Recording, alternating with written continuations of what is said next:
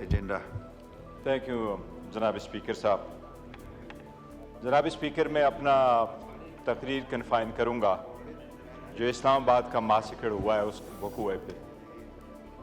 मैं पहले दिन ये कहता चला आ रहा हूँ जनाब स्पीकर कि कौमों की ज़िंदगी में जमहूरियत सबसे बड़ा अंसर है, और जमहूरियत फ़कत इस असम्बली का नाम नहीं है, जमहूरियत फ़कत इस हुकूमत का और इनकी कैबिनेट का नाम नहीं है, बस जमहूरियत का एक हिस्सा, एक हुस्न ये होता है कि हम इस ईवान में एहतजाज करते हैं, पब्लिक सर्वेंट दफातर में एहतजाज करते हैं और अवाम सड़कों पर एहतजाज करते हैं। जनाब स्पीकर, इस मुल्क की बुनियाद, सिविल सोसाइटी की बुनियाद, सिविल और पॉलिटिकल स्ट्रगल की बुनियाद एहतजाजात से शुरू हो जाती है और ईवानों पे जाके ख़त्म हो जाती है, लेकिन वहाँ गोली चलाने का कोई तसव्वुर नहीं होता। ये इस मुल्क की बुनियाद है, ये अवाम का बुनियादी हक है कि वो पीसफुल तरीके से आके अपना एहतजाज रिकॉर्ड करवाए। जनाब स्पीकर, उन लोगों का अंजाम देके जो पीसफुल स्टूडेंट में हसीना वाजिद तहरीबकार कहा करती थी, उसका अंजाम क्या हुआ है? जनाब स्पीकर, पाकिस्तान तहरीक इंसाफ की ये हिस्ट्री रही है, बावजूद इसके कि हर किस्म का जुल्म पाकिस्तान तहरीक इंसाफ के साथ हुआ है। हमारे लोग ज़ख्मी भी हुए, शहीद भी हुए, हमने जनाजे भी उठाए, उनको साथ लेके गए, लेकिन फिर भी हमने एहतराम का रिश्ता हाथ से नहीं जाने दिया। इनके वज़ीर आज़म ने हमें तहरीबकार कहा, लेकिन आज तक हमने इनको तहरीबकार या कातिल लीग नहीं कहा, वरना वो लफ्ज़ आप लोगों का हमें याद है। जनाब स्पीकर, ये एक चीज़ याद रखे, इस मुल्क में कमीशनें बनी, सब कुछ हुआ, लेकिन लोग घूली की गूंज नस्लों तक याद रखती है, वो बोलती नहीं है। लेकिन मैं आपको मौजूदा रीसेंट मिसालें देता हूँ, आप सारी दुनिया की मिसाल ले लें। अब रिसेंटली इंडिया के पार्लियामान को प्रोटेस्टर ने स्टॉर्म कर लिया, इंडिया की ईमान को प्रोटेस्टर ने स्टॉर्म कर लिया। उन्होंने स्मोक कैनिस्टर चलाए, उन पे फायरिंग हुई, उन्होंने कैनिस्टर चलवाए, उन्होंने जो फायर एक्सटिंग्विशर थे वो चलाए, क्या उन पे गोली चली? ब्राज़ील की ईवान स्टॉर्म हुआ, श्रीलंका का ईवान स्टॉर्म हुआ। जनाब स्पीकर, मोस्ट रिसेंटली अभी सितंबर 2024 में कनाडा का ईवान स्टॉर्म हुआ, 100 से ज़्यादा प्रोटेस्टर अंदर चले गए, क्या किसी ने गोली चलाई? कनाडा का ईवान स्टॉर्म हो जाता है। जनाब स्पीकर, इससे बढ़कर आगे 4 दिन पहले साउथ कोरिया का ईवान स्टॉर्म हुआ, सदर ने मार्शल लॉ लगाया, पूरी कौम निकल के आई, 5000 लोग ईवान के अंदर आए, सारे शीशे दरवाजे तोड़े की मिसाल आपकी हुकूमत देती जा रही है। कैपिटल हिल पे सारे लोग स्टॉर्म हो गए। उन्होंने कहा अपने वाइस प्रेसिडेंट को कि हम आपको इस ईवान से बाहर निकालते हैं, स्पीकर को बाहर निकाला, अपने कैबिनेट के चेयरमैनों को बाहर निकाला, सेनेटर को बाहर निकाला, उनको सेफ मुकाम तक ले गए। प्रोटेस्टर आए, सारे तारीखी चीजें उन्होंने तोड़ दी। प्रोटेस्टर गए, स्पीकर के कमरे में बैठे। जनाब स्पीकर, क्या कोई गोली चली? जनाब स्पीकर, यह तो नहीं हो सकता कि आप पब्लिक को इजाजत दे और वो यरगमाल बनाए सरकारी बिल्डिंगों को, लेकिन हर चीज की एक हद होती है। जनाब स्पीकर, मैं समझता हूं इस ईवान के लिए भी शोक का दिन है, क्योंकि इसके दस्तक पे 12 बंदे शहीद हुए हैं। ये कौम जवाब भी मांगेगी, एहतिसाब भी मांगेगी। जनाब स्पीकर, इतना तो बंदा कर्ज करे कि अगर गोली चले भी तो कोई जवाब दे दो, रिमोर्स शो करो, उसकी अपॉलॉजी करो, उसका केस करो, उन लोगों को कंपेंसेट करो जिनके दिलों में रिमोर्स नहीं होता। तो मिर्जा गालिब कहता है ऐसे कातिल का क्या करे कोई, इतना तो कर्ज रखो। ख्वाजा साहब, आपके तजर्बे से हम पैदा लेना चाहते हैं, सबसे ज्यादा मेरी उम्र से ज्यादा आप इस ईवान में रहे हैं। आपको ये सूद, आपको ये जेब देता है कि आप कहते हैं एज ए लीडर, आप ये कहते हैं कि गोली तो चली नहीं है, वो बंदे मरे हैं, हम अपने खानदान के खानदान उजाड़ करके रख चुके हैं। हम पख्तूनों का कार्ड नहीं खेलते, लेकिन हर पख्तून बाप ने अपने बेटे का जनाजा उठाया है। ख्वाजा साहब, पख्तून का जब एक गोली चलती है तो खानदान के खानदान क्या नस्ल याद रखती है। अगर आप सिर्फ इतना करते उनको कंपेंसेट करते, मौसम बताते कि जो जो लाजिम है। पहले भी तो हुआ है, आफ्ताब शेरपाव के दौर में तहरीक चली, निफाज शरीयत की तहरीक चली, गोली चली, 8 बंदे मरे, पर्चा रजिस्टर हुआ, अपॉलॉजी हो गई, वो सबके घरों में चले गए। सारे लोगों ने कहा हमने आपको माफ किया है। ये बदले लेने का वक्त नहीं था, लेकिन आप भी पर्चे का तो कह देते, केस के इन्वेस्टिगेशन का तो कहते हैं, आप आ जाते, रिकॉर्ड तो दे जाते। आपके दर पे ये आए हुए हैं, ये आपके सिटीजन है, ये हमारे सिटीजन है।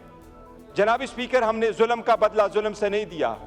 हम कहते हैं केपीके में हमारी हुकूमत है, लेकिन केपीके के सारी हुकूमत, सारी अवाम, सब कुछ तो पाकिस्तान तहरीक इंसाफ के तो नहीं है। सारे अक़वाम वहां बसते हैं, हर मजहब का बंदा वहां रहता है, हर पॉलिटिकल पार्टी से लोग एफिलिएटेड है। क्या वहां की हुकूमत उन लोगों पे गोलियां चलाए? हमने तो नहीं किया। हम 2 सीटें हारे, 2 सीटें हारे। यहां आप दांधली करते, हम भी तो दांधली कर सकते थे, हमने नहीं किया। जनाब स्पीकर, हम मुतालबा करते हैं कि इस ईवान सिर्फ 100 गुना मनाए। ये ईवान आज तक हमने स्पेशल कमेटी बनाई। आज मैंने रिक्वेस्ट की, शाह साहब यहां बैठे हुए हैं, वो कमेटी हमने बनाई थी, उसकी तजवीज़ उमर अयूब खान साहब ने दे दी थी। उसकी तजवीज़ यही थी कि ये रिकमेंड करेंगे आगे बेहतरी की तरफ कैसे चला जाए। जिस वक्त यहां से अरेस्ट हो गए थे एमएनए साहिबान, उस पर कोई काम नहीं हुआ। आपके जनाब स्पीकर, सुन्नी इत्तेहाद काउंसिल का चेयरमैन हामिद रजा साहब यहां मौजूद है। ये चेयरमैन है ह्यूमन राइट्स कमेटी के। इनका इतना बड़ा इख्तियार है कि ये कह रहे हैं कि चेयरमैन, ये कह रहे हैं एज ए चेयरमैन कि कमेटी की मीटिंग बुलाए। उस कमेटी की मीटिंग नहीं हो सकी। जनाब स्पीकर, अगर इतनी बड़ी पॉलिटिकल पार्टी को इमरान खान ने जुलूस और एहतजाज निकाल के अपनी पॉपुलैरिटी मजीद नहीं दिखानी, उसकी पॉपुलैरिटी 9 फरवरी को सारी दुनिया ने देखी है कि वो 70% अवाम उसके साथ है। हम तो जनाब स्पीकर सिर्फ लोग इसलिए निकलते हैं कि मुल्क बेहतरी की तरफ जाए। हम कहते हैं, ये आपको बताऊं जनाब स्पीकर, खान साहब ने पहले ऐलान किया था, और मैं आज आपको फ्लोर पे बताऊं कि मैंने बारहा खान साहब को कहा था कि एक ऐलान तो करो, कोई डायलॉग भी तो होने चाहिए। सबसे पहले 4-5 महीने पहले उन्होंने अनाउंस किया था 3। अभी उन्होंने कमेटी बनाई है। वो कमेटी, हम ये समझते हैं जनाब स्पीकर, हमेशा ये समझते हैं कि अगर डायलॉग के लिए कमेटी बने तो ये समझते हैं ये उसकी कमजोरी है। हमारी कमजोरी नहीं। हम समझते हैं इस ईमान पे, इस जमहूरियत पे और इसके सिस्टम पे कोई थर्ड फोर्स काबिज ना हो। हम समझते हैं जनाब स्पीकर कि आप एक्ट कर ले। ये ईमान आज तक अपनी बात मनमून नहीं करवा सका। ये ईमान आज तक अपने एमएनएस को प्रोटेक्शन नहीं दे सका। ये ईमान आज तक उनके बच्चों को प्रोटेक्शन नहीं दे सका।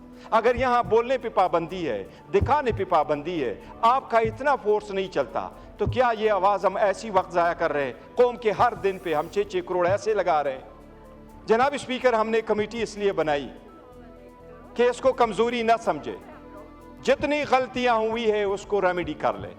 जनाब स्पीकर, एक चीज़ मैं बताऊं, बहुत हो गया। अब 9 मई की जो धूल है वो बैठनी चाहिए। 9 मई की धूल अब बैठनी चाहिए। हकीकत की तरफ देखो। अगर आप कमीशन नहीं बनाते, आप लोगों का नहीं करते, तो ये धूल आप बिठाएं, आगे की तरफ बढ़े। लेकिन सबसे पहले हमारा मुतालबा है कि जो रिस्पॉन्सिबल लोग हैं इनको जस्टिस करवाए, ब्रिंग देम टू जस्टिस। ये हमारा एक मुतालबा है जनाब स्पीकर। मैं एक चीज़ जनाब स्पीकर आपके नोटिस में लाना चाहता हूँ। पाकिस्तान तहरीक इंसाफ की अवाम जो यहाँ लोग आए थे वो पुरअमन थे। इस बात की सख्ती से तरदीद करता हूँ कि उनमें से किसी के पास वेपन मौजूद था। उनमें से किसी के पास वेपन नहीं है। जनाब स्पीकर, खान साहब के जो रखवाले हैं, खान साहब के जो प्रोटेस्टर है, वोटर और सपोर्टर है, वो आम पाकिस्तानी शहरी है। उनके पास न कोई गुरिल्ला फोर्स है, न कोई ट्रेनिंग है, न उनके पास है। आप सारी वीडियो शेयर कर ले, उनमें से आप किसी के पास वो गन नहीं देखेंगे जिनसे कहा जाता है कि वहाँ से फायर हुई है। जनाब स्पीकर, अगर फायरिंग हुई है, गोली चली है, तो रिस्पॉन्सिबिलिटी तो होनी चाहिए। इतना मैं बताऊं आपको जनाब स्पीकर कि इनको एहसास नहीं हो रहा, एक दिन से बढ़कर दूसरे दिन ये लावा उबलता है, जुल्म फिर भी जुल्म है, बढ़ता है तो मिट जाता है। जनाब स्पीकर, कल मैं सुन रहा था सीरिया के जेलों से जो लोग रिहा हुए, तो एक ने बाहर आके कहा कि वो 39 साल बाद बाहर आया, उनके भाई उसका पहचान नहीं कर सके। 2 करोड़ 30 लाख की आबादी है, 2 करोड़ 30 लाख में 1 करोड़ लोग बेघर थे। 40 साल बाद, 39 साल बाद एक बंदा बाहर आया, दूसरा बंदे से इंटरव्यू कर लिया, वो कहता है 13 साल तक मैंने धूप नहीं देखी, मैं अंदर ही पड़ा था। और वो वहां से भाग गया, लेकिन भागते हुए भी खजाने से $2 अरब साथ ले गया। जनाब स्पीकर, इसकी दत भी ऐसी हो जाती है कि दुनिया देखेगी। अल्लामा इकबाल का एक शेर है, आदल व इंसाफ फ़कत हशर के मौकूफ नहीं, जिंदगी खुद भी गुनाहों की सजा देती है। ये ईमान है जनाब स्पीकर, ये चेंज होता रहता है। सॉरी, मैं 1 मिनट, ये चेंज होता रहता है, लेकिन जिसने जुल्म किया होता है वो जवाब देता है। 2014 में भी गोली चली, कोई पता चला। 2024 में गोली चली, वो दबाया गया। कमीशनें बनी, कितने बड़े लोग हमने गवा दिए। कमीशनें बनती रही, लेकिन रिपोर्ट नहीं आते रहे। आपने भुट्टो का देखा, 45 साल बाद सुप्रीम कोर्ट कह रही है कि इसको इंसाफ नहीं मिला था। अब वक्त है जनाब स्पीकर, हम भी मुतालबा करते हैं कि हमारे लोगों को इंसाफ मिलना चाहिए। ये इंसाफ हम इस ईवान के थ्रू लेना चाहते हैं। हमें मजबूर न करें कि हम दोबारा सड़कों पे आएँ। ये ईवान हमें वो इंसाफ दे दे। Thank you.